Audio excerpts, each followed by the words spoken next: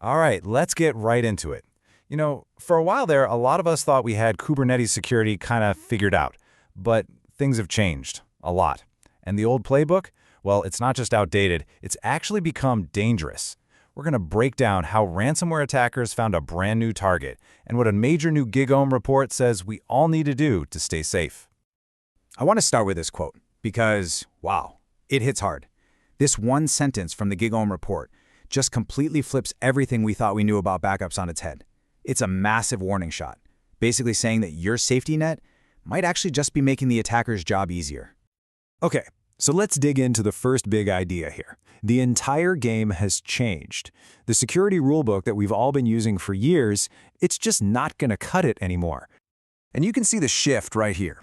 For years, we were all laser focused on shifting left. Scanning container images, hardening our network policies. And look, that stuff is still super important. But the attackers, they've gotten smarter. They realize the real gold isn't the code, it's the data. So now they're just skipping the application layer and going straight for the persistent volumes, the storage where all your critical data actually lives. And even worse, they're going after the snapshots you're counting on to save you. And their strategy is, well, it's brutally simple, and it works. They don't need some fancy, complex exploit. They just hit your storage, encrypt the live data, delete your backups, and boom, the ransom note pops up. For a lot of companies, that's game over. Okay, but it is not all doom and gloom here. The GigaOm report doesn't just point out the problem. It gives us a new way to think about the solution. And it all comes down to a really important shift in mindset, moving from just backing up to building real resilience. Let's talk about what that means. This right here is the key takeaway of this whole thing. It's a huge mental shift. We're not just talking about an IT chore anymore. Something you do in case somebody accidentally deletes a file. We are talking about a core part of your security strategy, something designed to make sure your entire business can actually survive a direct, malicious attack. So let's put a pin in that. What is cyber resilience? It's not just having a copy of your stuff. It's about being able to guarantee the integrity of that copy. It's a strategy that assumes all your other defenses might fail, and your backups are the absolute last wall standing between you and disaster. The report breaks this whole idea down into two main pillars, and I love this analogy. First, you have operational security. Think of this as the front door to your backup system. Is it locked? Do you have strong passwords, multi-factor authentication, all that good stuff? But then you have data integrity. This is the vault itself. Even if someone kicks down the front door, can they actually get into the vault and mess with the data? You have to have both. One without the other is useless. So let's focus on that vault for a minute. This is where things get really cool and where we see the top solutions pulling away from the rest of the pack. It really comes down to two key technologies. The first one is called immutability. It's based on an old concept called worm, write once, read many. And it's as simple as it sounds. Your system writes a backup, then it puts a special lock on it with a timer. And until that clock runs out, that data cannot be changed or deleted by anyone. Not by an attacker, not by a disgruntled employee, not even by a root admin with full privileges. It's basically a digital time lock. And we're seeing different vendors tackle this in really interesting ways. The report calls out Catalogic CloudCasa for making it super easy to set this up. It mentions Trilio for its really granular file-by-file approach, and it points to Portworx and Dell for locking the data way down at the storage layer itself. The main point here is that how you do it might vary, but having true immutability is no longer a nice-to-have, it's a must-have. Okay, but what if the bad guys get onto your network and the malware just spreads everywhere? Well, for that, there is the ultimate insurance policy, the air gap. This means your backup data is literally disconnected from your main network. It's like pulling up the drawbridge to a castle. The attackers can't reach it because there's no path to get there. So protecting the vault is a huge piece of the puzzle, but the attacks themselves are evolving. We're not just fighting off external attacks anymore. We have to think about threats from the inside and these sneaky new attacks that are designed to fly under the radar. And this is a really important point the report makes. We always picture some hacker in a dark room somewhere, right? But the reality is, a trusted employee with the right credentials can do an incredible amount of damage. So your defense strategy has to plan for that insider threat too. So how do we defend against that?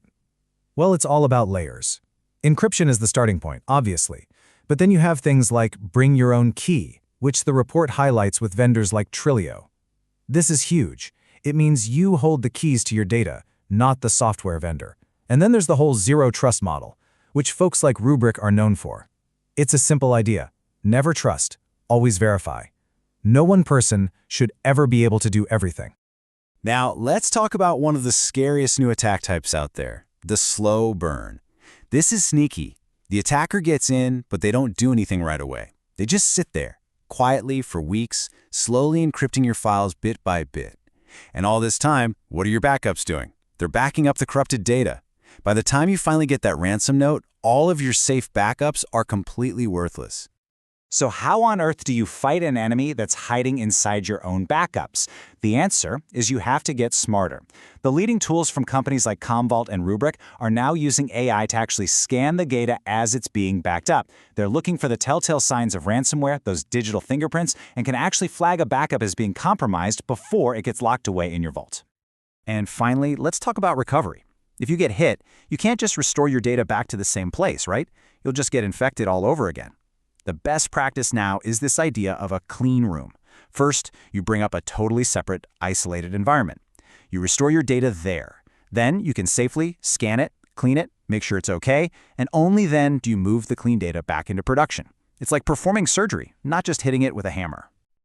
Okay, let's bring all this home. What does this all mean for you and your team right now? Well, this isn't some science fiction future we're talking about. The report is clear. This is the new standard for security as we head into 2026. And here's the final verdict from the GigaOm analyst. The wall that used to exist between the security team and the data protection team, it's gone. It's crumbled. In today's world, they are the exact same thing. Your backup system is a critical piece of your security stack, period. And you can see this reflected in how GigaOm positions the vendors. The ones they call leaders, companies like Veeam, Trilio, and Catalogic CloudCasa, are the ones that have really woven these security features deep into their products. And the challengers, like Rubrik, are pushing everyone forward with that security-first approach. This is simply what the market expects now. So I want to leave you with a really practical checklist here. Take these 4 questions back to your team tomorrow. These aren't just nice-to-have features anymore. According to this report, these are the absolute minimum requirements for being resilient in a Kubernetes world. And if the answer to any of these is no or I don't know, well, you've found your next big project. And that really brings us back to the question we started with, the one thing I hope you're thinking about after this. Is your backup strategy truly your last line of defense, or are you just carefully organizing all of your problems for an attacker to find later?